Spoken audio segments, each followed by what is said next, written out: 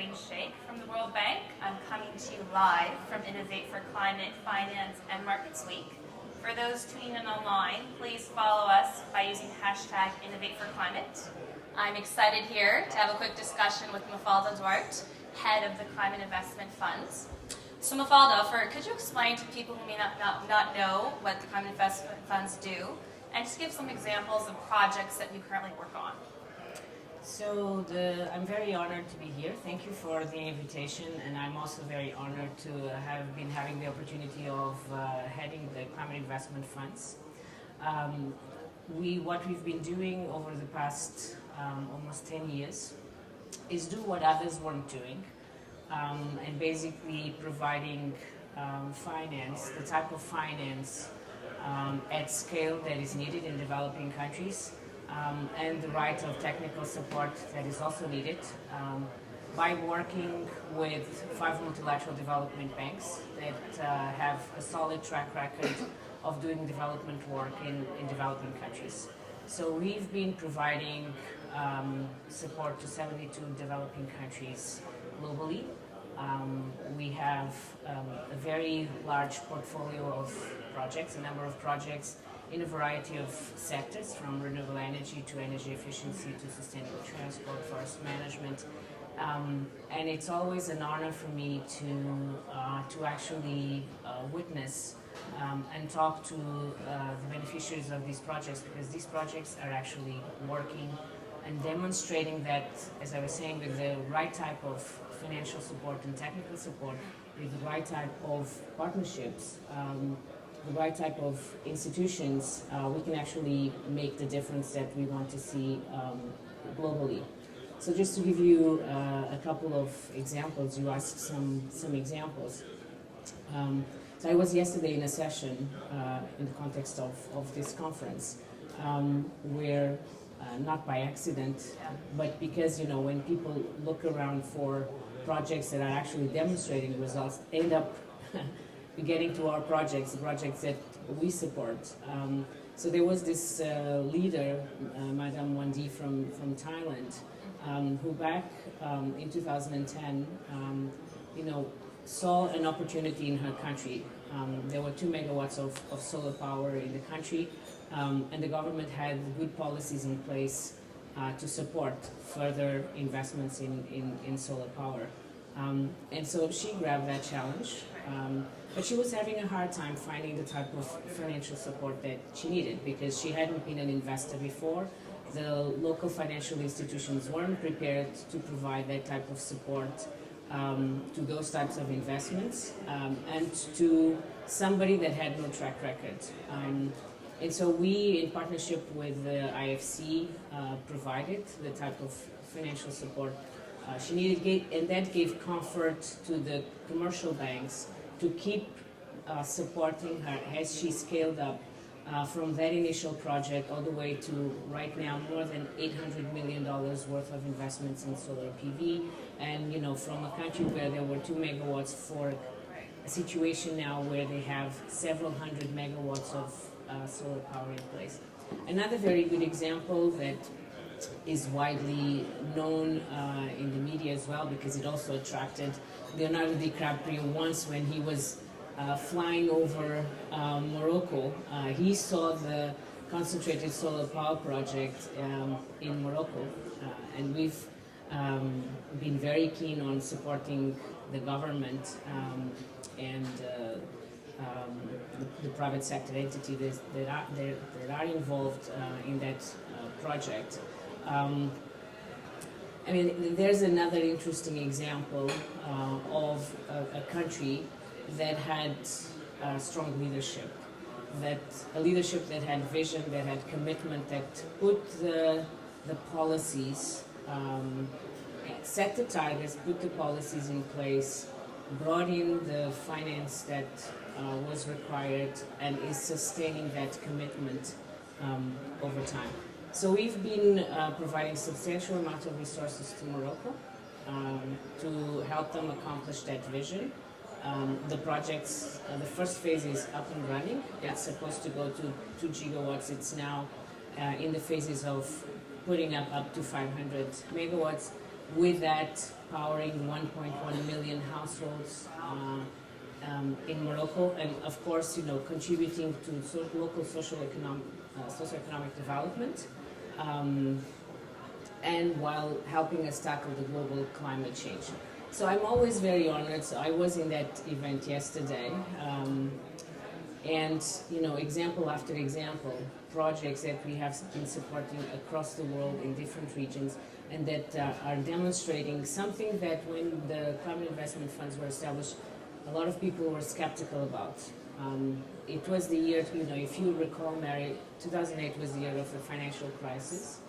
Not only that, the international climate change negotiations were not going at the pace that was required, and there was a lot of skepticism about, can we really see these type of investments happen in developing countries and help them also contribute to the global goal while moving their economies and their societies towards the development pathways that we want to see.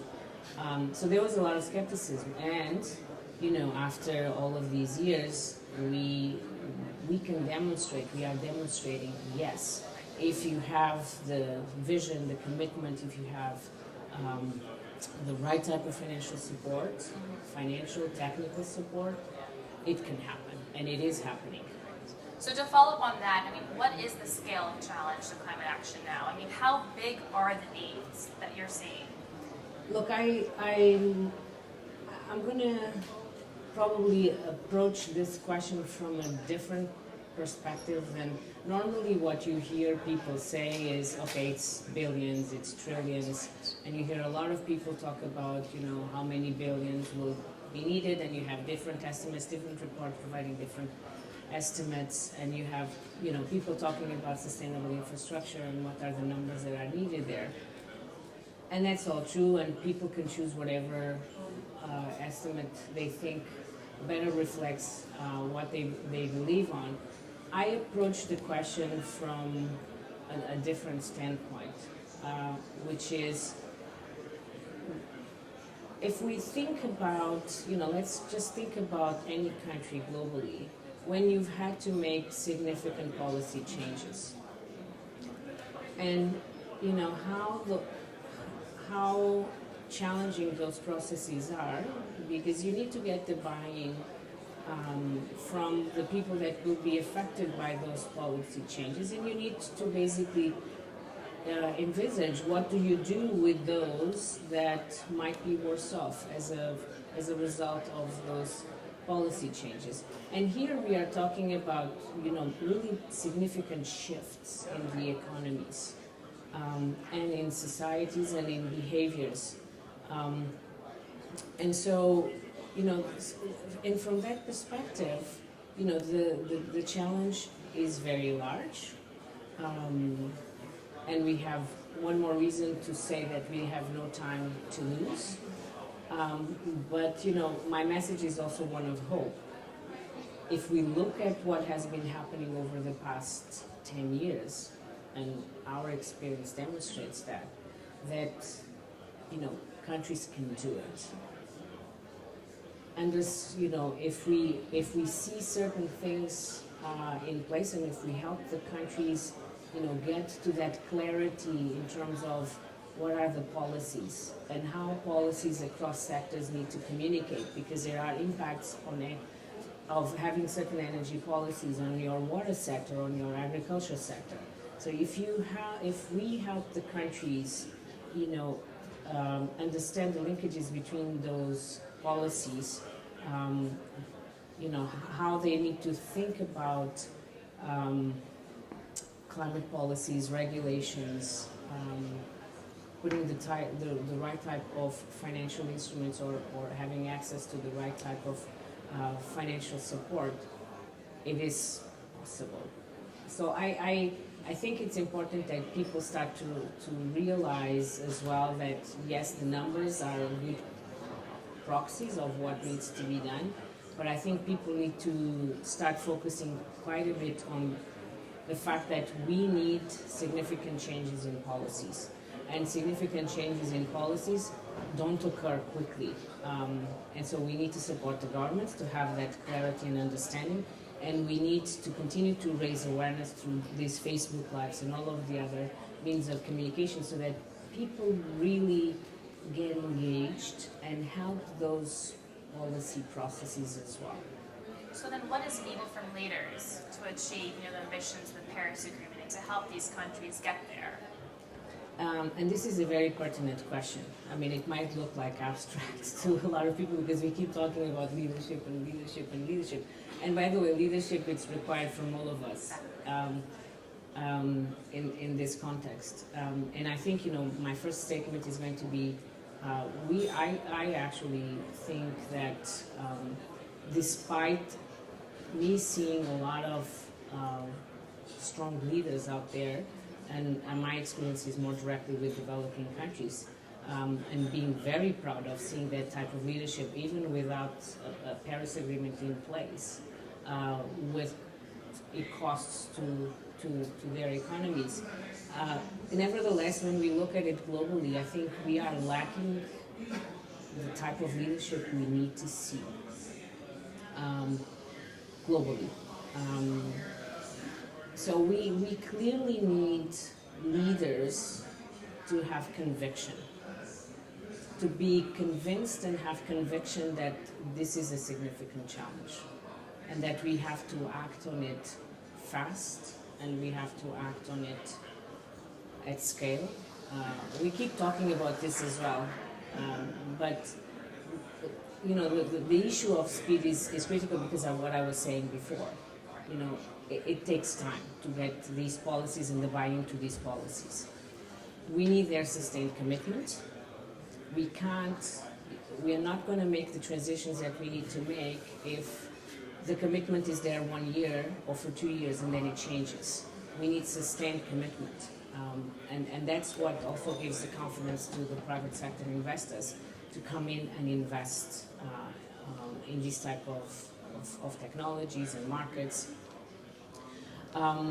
So we need that, and we need the leaders, and this applies, all of us in the end as well, to think outside of the box and not be afraid of thinking outside of the box. We need to innovate, we need to take risks, and we're going to fail. It's okay, we're going to fail, we'll keep moving on.